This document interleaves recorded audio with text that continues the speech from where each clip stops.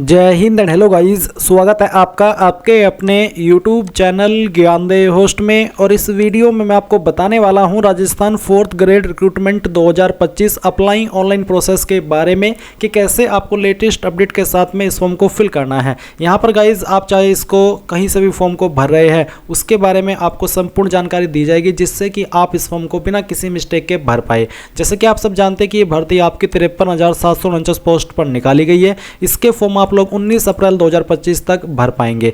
और अप्लाई करने के लिए आपसे सिंपली 10वीं पास की योग्यता मांगी गई है एंड जॉब लोकेशन आपकी राजस्थान रहेगी। फीस की इंफॉर्मेशन आप यहां पर देख सकते हैं, ये आपकी वन टाइम फीस रहती है। तो आप यहां पर सभी जानकारी चेक कर लेंगे और जब आपको लगे कि हाँ मैं इसमें अप्लाई करने के लिए एलिजिबल हूँ, बेसिकली इसमें अप्लाई करने के लिए जैसे कि आप सब जानते हैं कि 10वीं की योग्यता मांगी है और एज लिमिट भी आपकी 18 से 40 साल के बीच रखी गई है। तो सभी जानकारी चेक करने के बाद में आप यहाँ पर देखेंगे कि मैंने OTR के लिए एक अलग से स्पेशल वीडियो बनाई हुई है। आप इस वीडियो को वॉच करके अपना OTR कर सकते हैं। और अगर आपको OTR करने में कोई इशू आता है तो उसके लिए भी गाइज आप मुझे कमेंट के माध्यम से पूछ सकते हैं कि सर मुझे ये वाली प्रॉब्लम आ रही है। और ये OTR गाइज जब आप एक बार कर लेते हैं तो फ्यूचर में आप जितने भी फॉर्म भरते हैं SSO की वेबसाइट का इस्तेमाल करके वो आप बहुत ही कम इन्फॉर्मेशन के साथ में भर पाते हैं, क्योंकि आप अपनी मेन इन्फॉर्मेशन ऑलरेडी भर चुके होते हैं। इसलिए आप एक बार इस वीडियो को वॉच कर लीजिएगा। इसके बाद आप इंपॉर्टेंट लिंक के सेक्शन में आएंगे और यहाँ पर अप्लाई ऑनलाइन लिंक ओपन करेंगे।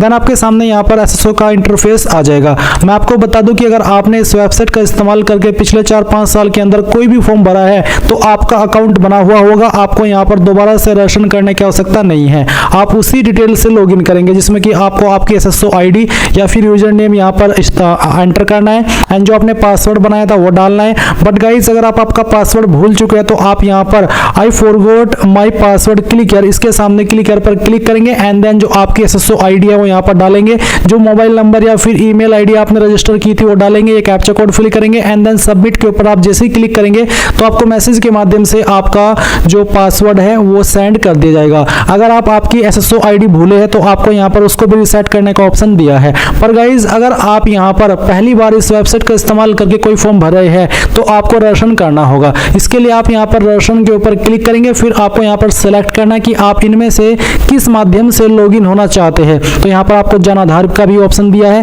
और गूगल का भी ऑप्शन है। तो आप यहाँ पर गूगल सेलेक्ट कर लीजिएगा। गूगल सेलेक्ट करने के बाद में आपको आपकी ईमेल ID का यहाँ पर इस्तेमाल करना है। कोई भी ईमेल ID आप यहाँ पर डालिए एंड देन नेक्स्ट के ऊपर क्लिक कीजिए। अब गाइज यहाँ पर आपके सामने कुछ ऐसा इंटरफेस आएगा। जैसे ही आप अपनी ईमेल ID एंड उसका पासवर्ड डाल करके लॉगिन कर लेंगे, अब आपको यहाँ पर आपकी SSO ID बना लेनी है। आप अपनी ईमेल ID के अकॉर्डिंग जो SSO ID फैच की गई है अगर यही रखना चाहते तो ये भी रख सकते हैं। अगर आपको इसमें कोई बदलाव करना है तो वो भी आप कर सकते हैं। फिर आपको एक पासवर्ड बनाना है नया, और आपका एक पासवर्ड कैसा होगा वो आप देख लीजिए। पासवर्ड के अंदर इंग्लिश का कैपिटल लेटर कम से कम एक, स्मॉल लेटर कम से कम एक, ज़्यादा कितने भी हो सकते हैं, स्पेशल कैरेक्टर और साथ ही डिजिट का आपको इस्तेमाल करना है। तो कुछ इस तरह का पासवर्ड बनाने के बाद में उसको दोबारा डालेंगे, वेरीफाई कर देंगे, अपना मोबाइल नंबर डालेंगे जो कि आप रजिस्टर करना चाहते हैं और यहाँ पर ईमेल आपकी ऑलरेडी दी गई है। इसके बाद में आपको रजिस्टर के ऊपर क्लिक करना है। अब गाइज आपके सामने लॉगिन का पेज आएगा जैसा कि आप यहाँ पर देख सकते हैं। अब आपको यहाँ पर वो आपकी SSO ID डालनी है जो कि अभी आपने बनाई है, या फिर आपका यूजर नेम डालना है, आपका पासवर्ड डालना है जो कि अभी आपने बनाया, ये कैप्चा कोड डालेंगे एंड देन लॉगिन के ऊपर क्लिक करेंगे। अब गाइज आपके सामने यहाँ पर ये अपडेट प्रोफाइल का ऑप्शन आएगा। तो आपको सबसे पहले आपका फर्स्ट नेम एंटर करना है 10th के सर्टिफिकेट के अकॉर्डिंग, फिर आपको आपका लास्ट नेम एंटर करना है। इसके बाद डिस्प्ले नेम अगर आप अपना चेंज करना चाहते हैं तो ये भी आप यहाँ से चेंज कर सकते हैं। फिर आपकी जो डेट ऑफ बर्थ है वो आपको यहाँ पर इस तरह से कैलेंडर के ऊपर क्लिक करके सिलेक्ट कर लेनी है, पहले ईयर फिर मंथ और उसके बाद में डे। देन गाइज यहाँ पर जेंडर आपको सेलेक्ट करना है। अगर आप यहाँ पर नंबर ऐड करना चाहते हैं, आपने नहीं किया तो आप यहाँ पर इसके सेक्शन के ऊपर क्लिक करके अपना नंबर डालेंगे, सेंड OTP पर क्लिक करेंगे तो OTP जाएगा, वो OTP यहाँ पर डाल करके वेरीफाई करना है। ईमेल ID भी आप यहाँ पर ऐड कर सकते हैं या फिर चेंज कर सकते हैं। इसके अलावा आपको यहाँ पर पोस्टल एड्रेस में जो आपका प्रेजेंट एड्रेस है वो फिल करना है और फिर जो आपका पोस्टल कोड है वो भी आपको यहाँ पर डाल देना है। पोस्टल कोड यानी कि जो आपका पिन कोड लगता है वो पिन कोड आप यहाँ पर लिखेंगे। सिटी डिस्ट्रिक्ट कौन सी है वो भी आपको यहाँ पर अपनी एंटर कर देनी है एंड उसके बाद में गाइस आपकी जो स्टेट है वो भी आपको यहाँ पर सेलेक्ट कर लेनी है। फिर अगर आपकी बहामासा आईडी है तो वो आप यहाँ पर डाल देंगे, अगर नहीं है तो आप इसको ऐसे ही छोड़ दें। जन आधार आईडी है तो वो यहाँ पर डाल देंगे, एडिट के ऊपर क्लिक करके, नहीं तो आप इसको ऐसे ही छोड़ देंगे।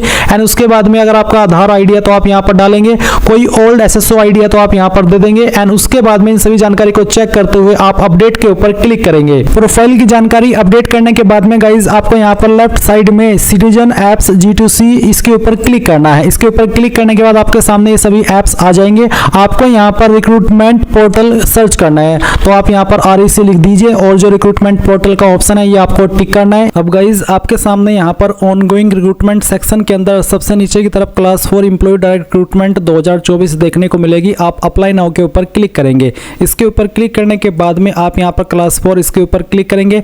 एंड देन जो आपने OTR के अंदर इन्फॉर्मेशन भरी थी वो आपको रिव्यू करने का मौका मिलेगा। अगर आप OTR के अंदर दी हुई जानकारी को अपडेट करना चाहते हैं, कोई जानकारी आपको लग रही है इनमें से गलत, तो आप अपडेट के ऊपर क्लिक करके अपडेट कर लीजिएगा, नहीं तो आप यहाँ पर प्रोसीड पर क्लिक करेंगे। प्रोसीड पर क्लिक करने के बाद अब आपको यहाँ पर आपके अन्य जानकारी भरनी है, जैसे कि मदर नेम आपको यहाँ पर देने का मौका मिलेगा। अगर आपको यहाँ पर ये जो ग्रे वाइट है इसमें कोई चेंजेस करना है तो आप OTR की इन्फॉर्मेशन अपडेट करके यहाँ पर राइट साइड में क्लिक करके अपडेट प्रोफाइल पर क्लिक करके कर सकते हैं, अन्यथा आपकी जानकारी यहाँ पर ऐसे ही आएगी जैसे कि आप यहाँ पर देख सकते हैं। इसके बाद आप यहाँ पर आपकी जो कास्ट कैटेगरी है वो सिलेक्ट कर लेंगे, जो भी आपकी कास्ट कैटेगरी है। मैं यहाँ पर डेमो के लिए फॉर्म को भरा हूँ तो मैंने यहाँ पर ST कैटेगरी सिलेक्ट की है। अब गाइज आप यहाँ पर देखेंगे स्पेशली एबल्ड कैटेगरी, यानी कि अगर आपकी कोई दिव्यांगजन श्रेणी है इनमें से तो आप सिलेक्ट कर लेंगे, नहीं तो आप नॉट एप्लीकेबल के ऊपर क्लिक करेंगे। फिर आप यहाँ पर नीचे की तरफ आएंगे और जो आपकी अन्य इन्फॉर्मेशन है वो भरेंगे, जैसे कि आपका रिलीजन क्या है वो आप यहाँ पर सिलेक्ट कर लेंगे। उसके बाद में मैरिटल स्टेटस आपका क्या है वो आपको यहाँ पर सिलेक्ट कर लेना है। एंड देन आप यहाँ पर फिर नीचे की तरफ आएंगे और देखेंगे आपका मोबाइल नंबर।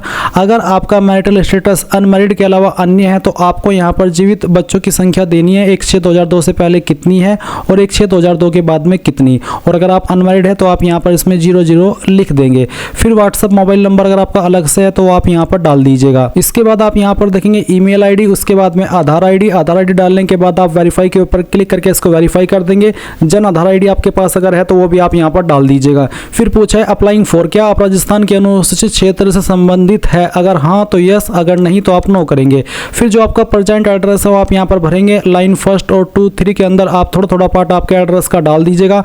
आपकी स्टेट सेलेक्ट कर लीजिएगा, आपकी डिस्ट्रिक्ट, उसके बाद में सिटी विलेज का नाम और आपका पिन कोड। एंड देन आप नेक्स्ट के ऊपर क्लिक करेंगे। इसके बाद में गाइज आपके सामने यहाँ पर पर्सनल डिटेल का सेक्शन आ जाएगा, तो आप यहाँ पर डोमिसाइल डिटेल में सबसे पहले आपकी नेशनलिटी सेलेक्ट कर लेंगे इंडियन। फिर आपकी होम स्टेट आपको सेलेक्ट करनी है, होम डिस्ट्रिक्ट सेलेक्ट कर लेनी है। इसके बाद फिर पूछा है settled in India from other country, क्या आप अन्य कंट्री से इंडिया के अंदर सेटल हुए हैं, अगर हाँ तो यस, नहीं तो आप नो करेंगे। फिर कुछ और सवालों के आंसर करने हैं, जैसे कि क्या भूतपूर्व सैनिक है, अगर हाँ तो यस, नहीं तो आप नो कीजिए। क्या आप एक उत्कृष्ट खिलाड़ी है, अगर हाँ तो यस, नहीं तो यहाँ पर भी आप नो कर देंगे। क्या मौजूदा सरकारी विभाग या सार्वजनिक उपक्रम कर्मचारी है, अगर हाँ तो यस, नहीं तो नो कर दीजिए। फिर एनी एडिशनल एज रिस्ट्रिक्शन, अगर आपकी इनमें से कोई कैटेगरी जैसे कि एक्सप्रेशनर, एनसीसी कैडेट, इंस्ट्रक्टर, तो आप सिलेक्ट कर ले, नहीं तो आप नॉट एप्लीकेबल सेलेक्ट करेंगे और नेक्स्ट के ऊपर क्लिक कर देंगे। अब आती है क्वालिफिकेशन की जानकारी, तो मैंने OTR करके रखा है इसलिए मेरी जानकारी यहाँ पर भरी हुई है। और क्योंकि अगर आप पहली बार एसएससी की वेबसाइट का इस्तेमाल करके कोई फॉर्म भर रहे हैं तो आपको यहाँ पर सबसे पहले सेकेंडरी यानी कि 10वीं की इन्फॉर्मेशन देनी है। इसमें सब्जेक्ट ग्रुप, तो सब्जेक्ट ग्रुप आप चाहे तो यहाँ पर इस वाले सेक्शन में या तो ऑल जनरल सब्जेक्ट लिख सकते हैं या फिर नॉट एप्लीकेबल लिख सकते हैं, दोनों में कोई इशू नहीं आएगा। उसके बाद किस बोर्ड के द्वारा आपने आपकी 10वीं पास की उस बोर्ड का नाम आप यहाँ पर लिखिएगा। फिर आपका रोल नंबर क्या था या इनरोलमेंट नंबर क्या था, कोई एक चीज़ आप यहाँ पर डाल दीजिए। उसके बाद आपके नंबर किसके अंदर थे, CGPA, ग्रेड, परसेंटेज, तो जो भी था वो आप सिलेक्ट कर लीजिए। मेरा परसेंटेज है तो मैंने परसेंटेज सिलेक्ट किया है। किस साल के अंदर पास कर ली थी वो साल सिलेक्ट कर लेंगे और परसेंटेज आपकी कितनी थी या फिर ग्रेड आपकी कितनी थी वो यहाँ पर भर दीजिएगा। अगर आपने 12वीं भी की है तो आप 12वीं की इन्फॉर्मेशन भी सेम तरीके से भरिए, पहले सब्जेक्ट ग्रुप, फिर उसके बाद में बोर्ड का नाम, 12वीं का रोल नंबर किसके अंदर थे वो, आपका पासिंग ईयर और आपकी परसेंटेज। अगर आपने कोई डिप्लोमा किया तो उसकी जानकारी भर सकते हैं सेम तरीके से, ग्रेजुएशन की है तो उसकी जानकारी भी आप यहाँ पर भर सकते हैं। उसके बाद आप नीचे की तरफ आएंगे और नेक्स्ट के ऊपर क्लिक कर देंगे।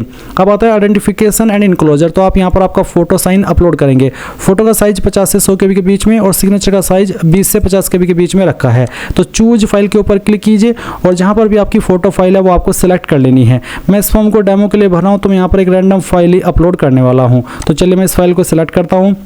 ओपन करता हूँ। मैंने यहाँ पर जो फोटो अपलोड किया इसके नीचे डेट लिखी है, पर आपको डेट लिखना अनिवार्य नहीं है, आप लिखना चाहे तो लिख सकते हैं। और अगर आप लिखेंगे तो 3 महीने से पुरानी ज़्यादा डेट मत लिखिएगा। और फिर से कह दूँ कि डेट लिखना अनिवार्य नहीं है, बस मेरे पास ये फोटो अवेलेबल था तो मैंने इसको यहाँ पर अपलोड कर दिया। अब आप आपका सिग्नेचर अपलोड करेंगे तो जहाँ पर भी आपकी साइन की फाइल है वो आप यहाँ पर सेलेक्ट कर लीजिएगा। और उसके बाद में आप यहाँ पर इसको ओपन करेंगे तो आपका सिग्नेचर इस तरह से आ जाएगा। विजिबल बॉडी मार्क, आपकी बॉडी के ऊपर निशान जिससे आपकी बॉडी की पहचान होती है। अगर आपकी बॉडी के ऊपर ढूंढने के बाद भी कोई मार्क नहीं है तो आप यहाँ पर नो मार्क लिख दीजिएगा और उसके बाद आप यहाँ पर नेक्स्ट के ऊपर क्लिक कीजिएगा। अब आपके सामने प्रेफरेंसेस का ऑप्शन आ चुका है, तो आप पहली प्रेफरेंस इनमें से किस डिपार्टमेंट को देना चाहते हैं वो आपको सेलेक्ट कर लेना है। सेकंड प्रेफरेंस किसको देनी है, थर्ड प्रेफरेंस किसको देनी है, इस तरह से आप दे दीजिएगा आपकी चॉइस के अकॉर्डिंग। और फिर नेक्स्ट के ऊपर क्लिक करिएगा। नेक्स्ट के ऊपर क्लिक करने के बाद जो भी जानकारी आपने शुरू से लेकर अभी तक भरी है उसका प्रीव्यू आपके सामने है। और यहाँ पर गाइज अगर आपके सामने हैंड रिटन डिक्लेरेशन अपलोड करने का ऑप्शन आए और लाइव फोटो का ऑप्शन आए तो आपको लाइव फोटो अपलोड करना है और हैंड रिटन डिक्लेरेशन के अंदर क्या अपलोड करना है वो जान लीजिए। मैंने जो लिंक दिया हुआ है इस वीडियो के डिस्क्रिप्शन में आप ओपन करेंगे, इसके बाद में आप हैंड रिटन PDF ये डाउनलोड कर लेंगे। डाउनलोड करने के बाद में इस तरह का इंटरफेस आएगा। यहाँ पर आपको बोला है अभ्यर्थी यहाँ से हिंदी में लिखे, हिंदी प्रारूप जो हिंदी में लिखा है हिंदी में लिखना है और जो इंग्लिश में लिखा हो इंग्लिश में लिखना है। बस आपको नेम ऑफ एप्लीकेंट की जगह पर अपना नाम, फादर नेम और डेट ऑफ बर्थ यहाँ पर लिखनी होगी, सिग्नेचर कर देने होंगे, SSO ID देनी होगी, OTR नंबर देना होगा और परमानेंट एड्रेस देना होगा। फिर आप इस फाइल को स्कैन करके अपलोड कर देंगे जहाँ पर भी अपलोड करने का आपके सामने ऑप्शन है। क्योंकि मैंने OTR करके रखा है और मेरे सामने ये ऑप्शन आ चुका है, मैंने एक बार इसमें अपलोड कर दिया तो बार बार मेरे से ये चीज़ नहीं ली जा रही है। अब आप यहाँ पर डिक्लेरेशन के ऊपर टिक करेंगे, फिर उसके बाद आप फाइनल सबमिट के ऊपर क्लिक करेंगे, यहाँ पर टिक करेंगे और सेंड OTP कर देंगे। इसके बाद नंबर और ईमेल के ऊपर दोनों पर OTP जाएगा, वो OTP यहाँ पर डालिए और वेरीफाई OTP कर दीजिए। अगर गाइज आप लोग इस फॉर्म को पहली बार भर रहे हैं SSO की वेबसाइट का इस्तेमाल करके तो आपको यहाँ पर एप्लीकेशन फीस पे करने का एक ऑप्शन देखने को मिलेगा। और अगर आप यहाँ पर SSO की वेबसाइट का इस्तेमाल करके पहले भी फॉर्म को भर चुके हैं तो गाइज फिर आपको यहाँ पर कोई फीस पे करने का ऑप्शन नहीं मिलेगा, डायरेक्टली आप अपने फॉर्म का फाइनल प्रिंट आउट ले पाएंगे। तो आप देख सकते हैं कि मेरे सामने यहाँ पर कोई पेमेंट करने का ऑप्शन नहीं आया और डायरेक्टली मेरा फॉर्म फाइनल सबमिट हो चुका है। अभी आप यहाँ पर प्रिंट के आइकन के ऊपर क्लिक करेंगे। अगर आपके पास प्रिंटर मौजूद नहीं है तो आप इसको PDF के रूप में सेव कर लेंगे और बाद में प्रिंट करा लीजिएगा। इस तरह से आप लोग राजस्थान 4th ग्रेड कर्मचारी भर्ती 2025 फॉर्म को भरेंगे। आई होप ये प्रोसेस आपको पसंद आया होगा। So thanks for watching. जय हिंद।